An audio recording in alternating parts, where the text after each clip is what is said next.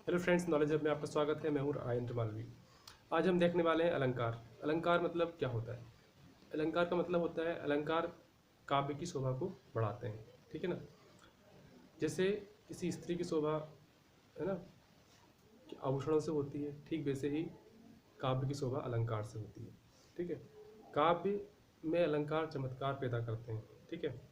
यदि हम अलंकार की बात करें तो इनको तीन भागों में डिवाइड कर सकते हैं: शब्दालंकार, अर्थालंकार और एक अलंकार जिसे हम संकर अलंकार या अन्य नाम से भी पुकारते हैं। ठीक है ना? यदि हम शब्दालंकार की बात करें तो शब्द के माध्यम से क्या होता है, इसमें चमत्कार पैदा होता है काव्य में, इसको हम बोलते हैं शब्दालंकार। अर्थालंकार जिसमें शब्द के अर्थ के कारण चमत्कार पैदा होता है। और संकर अलंकार का मतलब होता है जहाँ पर एक से अधिक अलंकार होते हैं और हम उनको पृथक कर नहीं पाते हैं कि कौन सा अलंकार है, उसे हम बोलते हैं संकर अलंकार। तो आइए देखते हैं सबसे पहले शब्दालंकार। शब्दालंकार की बात करें तो इसमें आता है अनुप्रास अलंकार, यमक अलंकार, श्लेष अलंकार, ठीक है ना, वक्रोक्ति अलंकार। सब क्या है?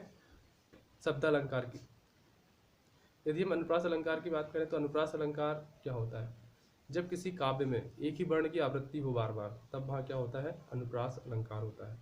जैसे एग्जाम्पल के लिए देखें आप, चारु चंद्र की चंचल किरणें, यहाँ पर च वर्ण की क्या हुई है? बार बार आवृत्ति हुई है, रिपीटेशन हुआ है, इसलिए यहाँ पर क्या है?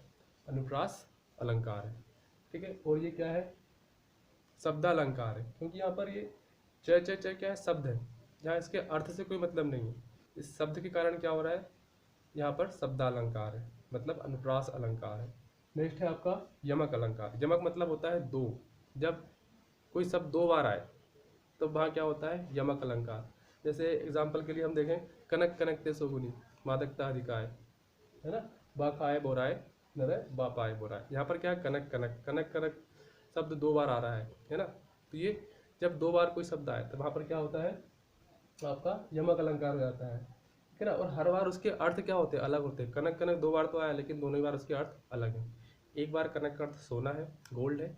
एक बार कनक का अर्थ धतूरा है। मतलब कनक कनक ते सोगुनी मादकता अधिकार, मतलब जिसे सोना मिल जाता है वो क्या हो जाता है? एक प्रकार से उसके नशे में चूर हो जाता है।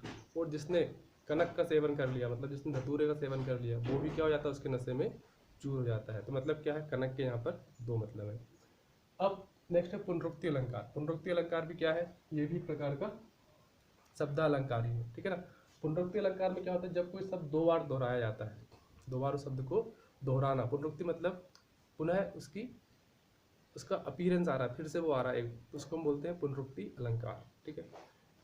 विप्सा अलंकार। विप्सा अलंकार मतलब होता है जब किसी की रेस्पेक्ट, आदर करना हो, या हर्ष पैदा हो रहा हो, या कोई शोक पैदा हो रहा हो, या विस्मय बोधक कोई ऐसा काव्य में कहीं उल्लेख है, तब इन भावों को प्रकट करने के लिए किसका होता है? विप्सा अलंकार का उपयोग होता है। ठीक है ना? इसमें इन भावों को व्यक्त करने के लिए शब्दों की पुनरावृत्ति की जाती है। ठीक है? इस शब्दों की पुनरावृत्ति को ही क्या बोलते हैं? विप्सा अलंकार बोलते हैं। मतलब क्या पैदा करना है? शोक पैदा करना है, हर्ष पैदा करना है। ठीक है ना? शोक, तो इन सबको पैदा करने के लिए काव्य में क्या होता है? शब्दों की पुनरावृत्ति होती है, इसी को क्या बोलते हैं? विप्सा अलंकार। जैसे मोहि मोहि मोहन को मन भयो राधामय, राधा मन मोहि मोहि मोहन मई मई। यहाँ पर देखिए, मोहि मोहि, मोहि मोहि शब्द का दो बार क्या किया गया है? उपयोग में लाया गया है। ठीक है ना? ताकि इसमें क्या पैदा हो? एक प्रकार का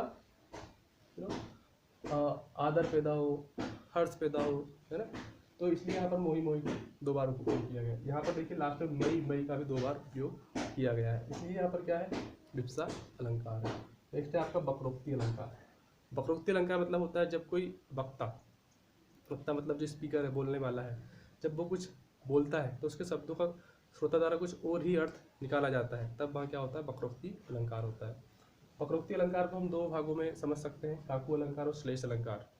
काकू मतलब जैसे कि ये क्या है? वक्रोक्ति अलंकार का ये प्रकार है जब वक्ता की कंठ ध्वनि के कारण, जो कंठ ध्वनि है उसकी, उसके कारण क्या होता है? श्रोता एक कुछ अर्थ निकाले, वहाँ पर क्या होता है? काकू वक्रोक्ति अलंकार। जैसे मैं सुकुमारी नाथ बन जोगी, मैं सुकुमारी नाथ बन जोगी, है ना? तो यहाँ पर क्या है? यहाँ पर काकू अलंकार है। श्लेष अलंकार की बात करें, इसका ही श्लेष वक्रोक्ति अलंकार। तो इसमें क्या होता है? श्लेष की वजह से क्या होता है? वक्ता द्वारा जो बोले गए शब्द उसको श्रोता उनके कुछ अर्थ निकालता है। जैसे को को तुम हो इत आए कहाँ, घनश्याम हो तो कितम वर्षो, चित चोर कहावत है हम है तो कहाँ जाऊँ धन सरसों। तो इसमें देखिए आप श्लेष वक्रोक्ति अलंकार है, ठीक है ना। इसमें जो शब्द बोले जा रहे हैं, ठीक है, उनको समझिए, इनका मीनिंग श्रोता क्या होता है कुछ अलग ही ढंग से निकालता है, इसलिए यहाँ पर क्या है श्लेष वक्रोक्ति अलंकार है। नेक्स्ट है आपका श्लेष अलंकार। श्लेष मतलब क्या होता है, जब शब्द एक ही बार आए लेकिन अर्थ उसके अलग अलग निकले, मतलब उसका अलग अलग स्थानों पर अलग अलग उसके अर्थ निकल रहे हैं, वहाँ पर क्या होता है श्लेष अलंकार। जैसे रहीमन पानी राखिए बिन पानी सब सून, पानी गए न उबरे मोती मानस चून। यहाँ पर देखिए पानी पानी शब्द का उपयोग हो रहा है। इसका मतलब क्या है, यहाँ पर रहीमन जी बोल रहे हैं कि पानी, जैसे सोने जो मतलब जो मोती होता है उस पर भी क्या होता है पानी चढ़ा होता है तो उसकी चमक रहती है, पानी उतरने पर भी चमक चली जाती है, ठीक है ना। वैसे ही मनुष्य का भी क्या होता है, मनुष्य के ऊपर भी पानी मतलब पानी रूपी मान सम्मान होना चाहिए, यदि चला जाए तो वो भी किसी काम का नहीं रहता। और जैसे आटा गूंथने के लिए भी पानी की आवश्यकता होती है, बिना उसके आटे में नमी या नरम नहीं होता। तो मतलब एक बार पानी चला जाए तो तीनों की कीमत चली जाती है, ठीक है। इस प्रकार से यहाँ पर क्या है श्लेष अलंकार है। नेक्स्ट है आपका, जैसे हमने अभी तक देखा अर्थालंकार, शब्दालंकार देखा, अब देखेंगे अर्थालंकार। मतलब अर्थालंकार मतलब जहाँ शब्द के अर्थ के कारण काव्य में चमत्कार पैदा होता हो वहाँ क्या होता है अर्थालंकार, ठीक है। अब अर्थालंकार में देखेंगे उपमा। पहला क्या है उपमा अलंकार। उपमा मतलब होता है जहाँ पर किसी की तुलना की जाती है किसी वस्तु से, किसी है ना स्थान से, किसी व्यक्ति से, तो वहाँ क्या होता है उपमा अलंकार होता है। उपमेय उपमेय उपमान, दो चीज़ें होती है उपमेय उपमान। उपमेय मतलब जिससे तुलना की जाती है उसे बोलते हैं उपमेय। जैसे कि सागर सा गंभीर हृदय हो, गिर सा ऊंचा हो जिसका मन। मतलब सागर से मतलब जिस व्यक्ति का मन सागर जितना गहरा हो और पर्वत जितना ऊंचा हो, यहाँ पर तुलना हो रही है सागर से और किससे, पर्वत से। तो यहाँ पर क्या है उपमा, उपमा दी जा रही है व्यक्ति को, है ना, व्यक्ति के मन की, ठीक है। तो यहाँ पर क्या है उपमा अलंकार है। रूपक अलंकार में क्या होता है, उपमेय और उपमान का भेद खत्म हो जाता है। यहाँ पर जिसकी तुलना कर रहे हैं और जिससे तुलना कर रहे हैं दोनों का ही भेद खत्म हो जाता है, किसकी तुलना किससे कर रहे हैं उन दोनों में जो अंतर है वो खत्म हो जाता है। उपमेय और उपमान का अंतर खत्म हो जाता है, वहाँ क्या होता है रूपक अलंकार। जैसे पायो जी मैंने राम रतन धन पायो, पायो जी मैंने राम रतन। अब राम रतन क्या है उपमेय है और धन क्या है उपमान है, लेकिन राम रतन धन को एक ही हो गया यहाँ पर, है ना, राम रतन धन, दोनों में अंतर करना मुश्किल है, इसलिए क्या है रूपक अलंकार है। नेक्स्ट है आपका संदेह। मतलब यहाँ पर क्या होता है उपमेय और उपमान, मतलब जिससे उपमेय और उपमान जब दोनों की बात होती है, दोनों में क्या होता है उपमेय और उपमान में क्या पैदा होता है संशय पैदा होता है, वहाँ पर क्या होता है संदेह अलंकार होता है ना। जैसे साड़ी बिच नारी है कि नारी बिच साड़ी है, साड़ी ही की नारी है कि नारी ही की साड़ी है ना। तो ये क्या है मतलब नारी के बीच में साड़ी है या साड़ी के बीच में नारी है, तो इसमें स्पष्ट रूप से समझ पाना मुश्किल है, तो ये क्या है संदेह अलंकार, ठीक है। फिर होता है अतिशयोक्ति अलंकार। अतिशयोक्ति मतलब जहाँ पर बड़ा चढ़ाकर बातें कही गई हो वहाँ पर होता है अतिशयोक्ति अलंकार। जैसे लहरें व्योम चूमती उठती, लहरें व्योम चूमती उठती मतलब लहरें क्या कर रही हैं गगन को चूम रही हैं, तो वास्तव में समुद्र की लहरें गगन को चूमती नहीं है, लेकिन ये बताया गया है कि लहरें इतनी उठ रही हैं कि मानो समुद्र की लहरें आकाश को ही छू लेंगी, ये क्या है अतिशयोक्ति है। नेक्स्ट है आपका विरोधाभास अलंकार।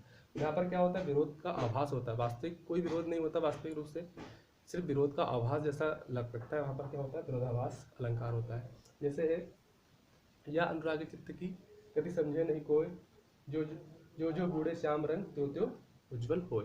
मतलब यहाँ बोल रहे हैं कि जैसे ही श्याम में मन लगता है ना, तो इस मन की गति को समझना बहुत ही मुश्किल है, लेकिन जितना मन लगता है मन उतना ही निर्मल होता है। तो ऐसा लगता है कि एक तरह से विरोध हो रहा है, लेकिन एक तरीके से क्या हो रहा है कि मन श्याम में ही लगना चाहता है, ठीक है ना। इंटरनली क्या है मन श्याम में ही लगना चाहता है, लेकिन क्या क्या बोल रहा है कि इस मन की गति को कोई नहीं समझ पा रहा है, ठीक है। तो इस प्रकार से इसमें क्या है विरोधाभास का आभास है, लेकिन एक्चुअल में विरोध वास्तविक कोई भी विरोध नहीं है, ठीक है। तो आज की क्लास में हमने शब्दालंकार और अर्थालंकार के बारे में समझा, दोनों के एग्जाम्पल समझे, दोनों के एग्जाम्पल के अलावा दोनों में जो डेफिनेशन है परिभाषा उसको समझा। यदि आपको किसी पॉइंट में कोई डाउट हो तो आप सिंपली कमेंट बॉक्स में लिखकर हमसे पूछ सकते हैं। और यदि हम बात करें अनुप्रास अलंकार तो इसके जितने भी टाइप होते हैं, है ना, छेका अनुप्रास, श्रव्यानुप्रास, तो हमने सभी के लिए एक अलग से वीडियो बनाया हुआ है, वो ऑलरेडी बना चुके हैं, उसको आप चेक कर सकते हैं, ठीक है ना। तो अनुप्रास अलंकार के जितने भी भेद हैं उनके ऊपर अलग से वीडियो बना हुआ है, उसको आप चेक कर सकते हैं, ठीक है। तो आपको वीडियो अच्छा लगे तो लाइक करें, चैनल को सब्सक्राइब करें, बेल आइकन पर क्लिक करें ताकि आपको लेटेस्ट नोटिफिकेशन मिलते रहें, ठीक है। आज की क्लास में इतना ही। Thank you for watching.